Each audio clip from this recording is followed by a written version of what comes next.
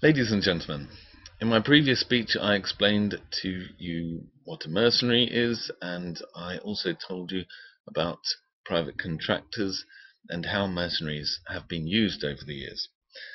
Now I would like to tell you a bit more about how mercenaries are used in modern conflicts. I would like to explain to you how the use of these military forces came about. To do this, we will go back a few years to the beginning of the 1990s. As you know, at this time, the Soviet Union had recently collapsed. The Cold War was over. This meant that there was less of a need for countries to spend so much on their armed forces. As a matter of fact, all the main military powers decided to reduce their defense spending.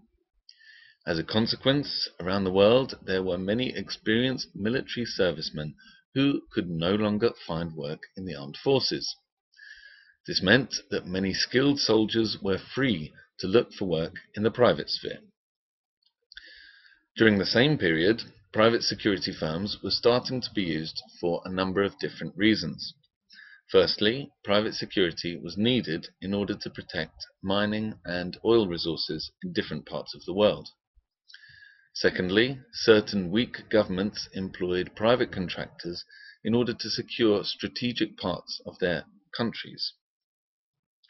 Thirdly, international organizations such as the UN employed private security firms to help out with certain missions. So you can now see how private contractors found work in the 1990s. But what about the very first private contractor? When was this approach first used in modern times? Well, at the beginning of the 1990s, West Africa drew a great deal of attention because of its mineral wealth. A number of conflicts soon broke out in the region. A private security firm was created at this time called Executive Outcomes. It was set up in South Africa. Soon it started offering security solutions across the African continent.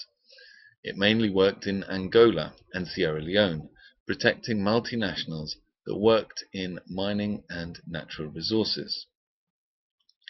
The company was successful in imposing calm in these parts of Africa. As a matter of fact, this firm succeeded in areas where the UN had failed. Far away, in another part of the globe, other private security solutions were being put to use. The United States had started using contractors in order to stem the flow of drugs being exported from Colombia. This took place under President Clinton and was deemed a success by many. Later, when George W. Bush came into power, he decided that this approach had been successful and that it should continue. We could say that this was when war started to be privatized by the United States. The use of private firms became so successful that by 2009 there were more private servicemen on the ground in Iraq than US soldiers. The US military had 120,000 military personnel in Iraq, whereas private security firms provided 170,000 men. So there was a clear increase in the use of private security over the course of the Iraq War. But why did American governments decide to follow this approach? Well, firstly, in some cases, it can be easier to call upon troops when they are needed rather than spending years training a group of soldiers in an army. Secondly, in some cases, private firms can be cheaper than employing military personnel. A third point is that the general public shows resentment when national soldiers die in combat. However, if those that die are employed by a private company, the perception is different. Private troops are not seen as our boys. They are not sent to fight by the government.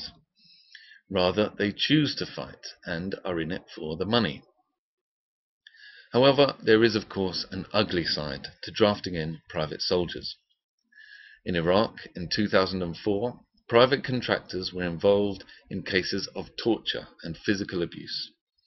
This took place in Abu Ghraib prison in Iraq. Over the years, in both Iraq and Afghanistan, there have also been many examples of private contractors opening fire on civilians.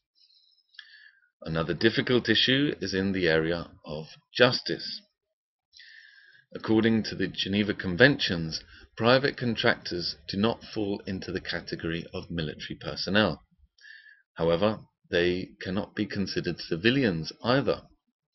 This means that they do not fall into any particular jurisdiction. Therefore, bringing contractors to justice can be very complicated. As you can see, the subject of mercenaries and private security firms is a very controversial one. On the one hand, the use of private contractors can be more of a flexible system. For example, when the UN is low on peacekeepers, it can call upon the services of private firms. However, many abuses have been committed by private contractors in recent years. Also, some say that with this system, any individual can go to war if they wish, as long as they manage to get employed by a private security firm. Ladies and gentlemen, I would like to leave you to make up your own minds on the issue. Thank you for allowing me to share these thoughts with you.